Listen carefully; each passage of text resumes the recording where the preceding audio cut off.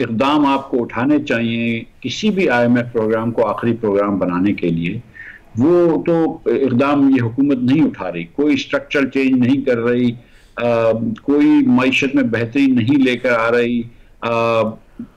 जो हमारे मसाइल हैं कि जिसकी वजह से हमारी ग्रोथ जो है वो सस्टेनेबल नहीं होती है, उनके कोई भी इस हुकूमत ने फैसले नहीं लिए जो इसकी हुकूमत को परेशान कर सकें या इनकी परेशानी हो। तो लिहाजा आपको IMF में तो दोबारा जाना पड़ेगा। लेकिन ये प्रोग्राम ही चल रहा है अभी तो, लेकिन जब ये खत्म होगा तो एक IMF का प्रोग्राम तो जरूर अब तो मुझे लग रहा है कि होगा। अच्छा, और MD IMF की तरफ से ये कहना कि पाकिस्तान की जो इकॉनमी है वो राइट डायरेक्शन में जा रही है, उन्होंने तारीफ कर दी, आप नहीं कर रहे? नहीं, देखिए, मईशत को देखने के बहुत सारे अपने शुमारियात होते हैं। ठीक, आप इस पे तो कोई डाउट नहीं कि दुनिया भर में तेल की कीमतें कम हुई हैं, दुनिया भर में गंदम की, रुई की, कपास की, चावल की और LNG की और खाद की कीमतें कम हुई हैं, जिसकी वजह से पाकिस्तान का इंपोर्ट बिल कम हो गया और जिसकी वजह से हमारे यहाँ अफरात ज़र में कमी आई है और जिसकी वजह से शराय सूद कम हुई है। लेकिन ये सब चीजें तो हुई हैं। लेकिन on the other hand 1.5 crore लोग खतरे गुर्बत के नीचे चले गए इस साल के अंदर। तो आप कहते हैं तो मैं इसको तो मैं नहीं सहरा सकता, लेकिन जी, और खतरे गुर्बत के नीचे चले गए। हमारे यहाँ मजीद अनएम्प्लॉयमेंट बढ़ गई क्योंकि हर साल जो 30 लोग नए लोग लेबर फोर्स में शामिल होते हैं उनको नौकरी देने के लिए आपको 6-7% ग्रोथ चाहिए। हम 3 साल में फी औसतन जो है हर पाकिस्तानी गरीब हुआ है, बिनासिर कौम भी गरीब हुए और फिर हम हर साल जो है औसतन पाकिस्तानी गरीब हुआ है। तो इसकी तो मैं तारीफ नहीं कर सकता हूँ, IMF की MD साहिबा जो भी फरमाएं। लेकिन इस पर जिस तरह से हुकूमत प्रोजेक्शन कर रही है अपनी परफॉर्मेंस की, इसहाक डार साहब ने रिसेंटली अभी कहा कि इंटरेस्ट रेट को हम 22 से 12 पे ले आए, महंगाई को 38% से 4% पे ले आए। उन्होंने ये भी कहा कि 12 से 15 साल में हम अपने पैरों पे खड़े हो जाएंगे, G20 में शामिल हो जाएंगे। तो ये सब कॉस्मेटिक चेंजेस की बातें हैं, पॉलिटिकल नैरेटिव है, असल में कोई चेंज नहीं आया ऑन ग्राउंड। देखिए, गुजारिश ये है कि पहले तो सवाल ये है कि जब 12 से 38 पे इसहाक डार साहब लेके गए थे, जब तो वो नहीं कह रहे थे कि उनका कसूर है। 38 पे कौन लेके गया? 38 पे कौन वजीर खजाना था, कौन वजीर आजम था? तो जब 12 से 38 पे जाता है तो आपने कोई गलती नहीं करी। नहीं, उन्होंने ये भी कहा कि 2017 में मैं समझाने की जो बात कोशिश कर रहा था, अगर वो मान ली जाती तो डिफॉल्ट का खतरा सिरे से होता ही ना कभी। तो पागल जैसी बातें हैं। लेकिन 38 पे कौन लेके गया था? 38 पे डार साहब ही लेके गए थे ना, शहबाज शरीफ ही लेके गए थे ना। तो फिर 38 से जब नीचे वापस आ रहे हैं, चले बड़ी अच्छी बात है। 38 के बाद तेल की कीमतें कम हुई हैं, डिफॉल्ट का चांस कम हुआ। डिफॉल्ट का चांस किसने बढ़ाया था? डार साहब ने बढ़ाया था। फिर डार साहब को छोड़ के शहबाज साहब गए, उनको पीछे छोड़ के गए, IMF से डील करी।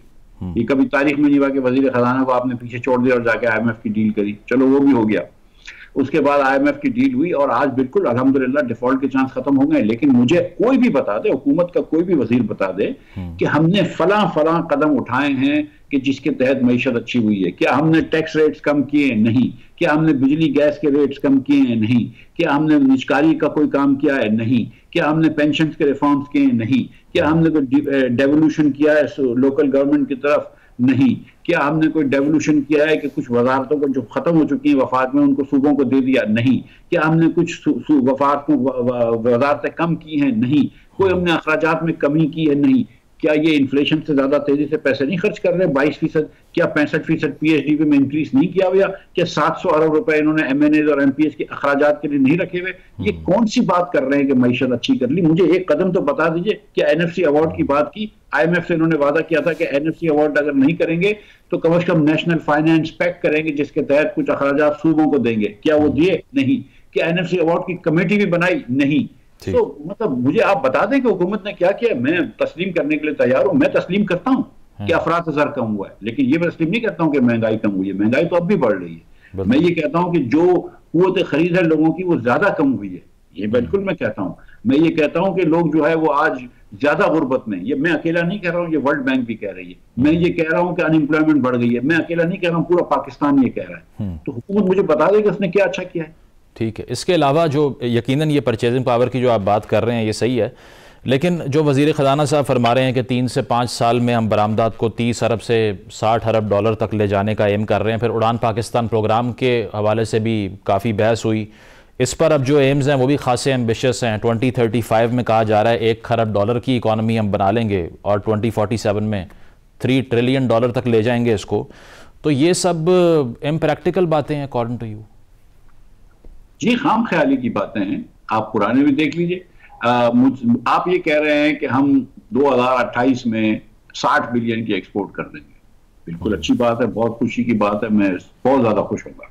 ठीक, ऐसा तो नहीं है ना कि 2027 तक 30 बिलियन रहेगा और अचानक 2028 में 30-60 हो जाएगा। तो इस साल जो है वो फिर कुछ 35 तो हो जानी चाहिए थी ना।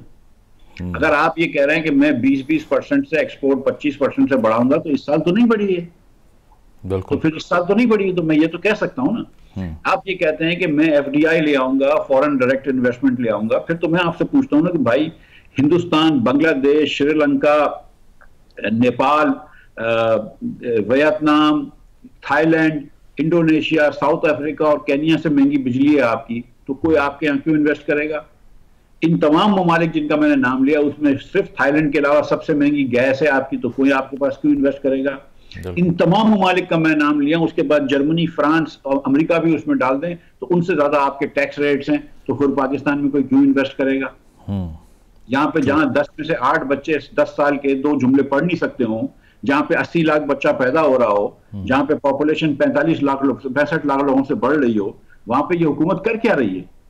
किस मुंह से ये आपसे 60% टैक्स मांगते हैं कॉर्पोरेट, और किस मुंह से ये तनख्वाहदार तबकों से 38% टैक्स मांगते हैं, जबकि एक जैसे की मराहत नहीं देते ये।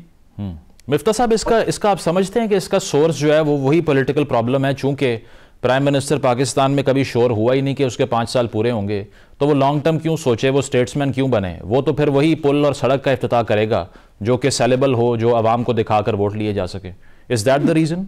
नहीं नहीं नहीं नहीं, मैं देखिए, मैं ये नहीं समझता कि शहबाज शरीफ साहब कोई बुरे आदमी है। मैं ये नहीं समझता कि बिलावल भुट्टो साहब कोई बुरे आदमी है या इमरान खान साहब कोई बुरे आदमी है, लेकिन किसी हुकूमत ने कभी डिलीवर नहीं किया। आज 11 साल से इमरान खान की हुकूमत KP में है ना, कौन से दूध शहद की नदियां बह गई? 16 साल से पीपल्स पार्टी की हुकूमत है। सिंध के अंदर बच्चों के पैरों में जूती नहीं होती। इनकी तस्वीर जब दिखाते हैं पीपल्स पार्टी वाले, उन बच्चों के पैरों में भी जूती नहीं होती। बेइज्जती की ये इंतहा है। ये मुस्लिम लीग इतने अरसे से है KP पंजाब के अंदर, क्या गवर्नेंस कर ली है इन्होंने कि जिसके अंदर आज भी आपकी तालीम जो का स्टैंडर्ड जो है वो आजाद कश्मीर से बुरा है। So the fact of the matter is कि हुकूमत डिसफंक्शनल हो गई है। Understand this. मेरी लड़ाई किसी इंसान से, किसी फर्द वाहिद से नहीं है। मेरी कोशिश तो गुजारिश है वो ये है कि जो हुकूमत का सिस्टम है, गवर्नेंस फेलियर है, हुकूमत डिसफंक्शनल हो गई है, डिलीवर नहीं कर रहे। जब तक आप हुकूमत का सिस्टम चेंज नहीं करेंगे, जिस तक आप हुकूमत का डायरेक्शन चेंज नहीं करेंगे, हम बेहतर रिजल्ट्स नहीं ला सकेंगे। सही, बन्नों को चेंज करने से कुछ नहीं होगा। सही। कर्जों के हवाले से भी अगर देखा जाए तो जुलाई 24 से जनवरी 25 के स्टैट्स ये 7 महीने के बताते हैं कि $4 अरब 58 करोड़ का हमने कर्ज ले लिया है। तो ये प्रॉब्लम तो वहाँ की वहाँ है, ये तो कम नहीं हो रही कि सिर्फ लैंडिंग के थ्रू ही हमने इकॉनमी को रन करना है। अभी भाई 20 बिलियन आपको साल के लोगों के वापस करने हैं। 100 बिलियन का कर्ज है और 5 साल की तकरीबन साइकिल होती है। 5 बिलियन इसके ऊपर इनको इंटरेस्ट देना होता है, ये 25 बिलियन देने होते हैं। आपका एक्सपोर्ट जो है वो नहीं है ज्यादा आपके इंपोर्ट से, एक्सपोर्ट पर रेमिटेंस जो है वो इंपोर्ट के बराबर ठहरता है, तो आपको 25 बिलियन कर्ज लेना पड़ता है। 10-15 रीरोल हो जाते हैं। 10-15 के लिए आप जो है फिर वो अपने टोपी लेकर हाथ में पूरी दुनिया में घूमते हैं, मारे मारे फिरते हैं। ये हमारी फॉरेन पॉलिसी है, ये हमारी इकोनॉमिक पॉलिसी है। हमने कभी ये सोचा ही नहीं कि हम मुल्क के डायरेक्शन को इस तरह चेंज करें कि एक्सपोर्ट बढ़ जाए, कि अखराजात कम करें। क्यों ये इस बार चांस था ना शहबाज शरीफ को कि इससे ज्यादा 1 पेज पे तो नहीं हो सकते ना। बिल्कुल। मतलब ये तो अब मतलब 1 पेज क्या है, मतलब तो गोद में बैठे हुए उनकी। तो अब तो आप जाकर मतलब अब तो आप जाकर कुछ कर सकते थे ना, NFC कर दो ना। जब तक एक स्ट्रक्चरल मसला नहीं हल करोगे फेडरल गवर्नमेंट का, तो फेडरल गवर्नमेंट मकरूज ही रहेगी। डेफिसिट्स बड़े होंगे, कभी कंट्रोल ही नहीं होगा। अभी जाके मुझे ये बताइए कि किस बेसिस पे, किस एथिकल बेसिस पे आप ये कह रहे हैं कि जो कैमरामैन आपके सामने खड़ा है उसकी 50,000 रुपए तनख्वाह है, उससे आप टैक्स ले रहे हैं, लेकिन किसी की 1000 एकड़ की ज़राई अराज़ी उससे आप टैक्स नहीं ले रहे? किस बेसिस पे कह रहे हैं आप ये? एलीट कैप्चर का इशू है ना। दुकान है तारिक रोड पे, किसी की करोड़ों रुपए की दुकान है लिबर्टी में, आप उससे टैक्स नहीं ले रहे।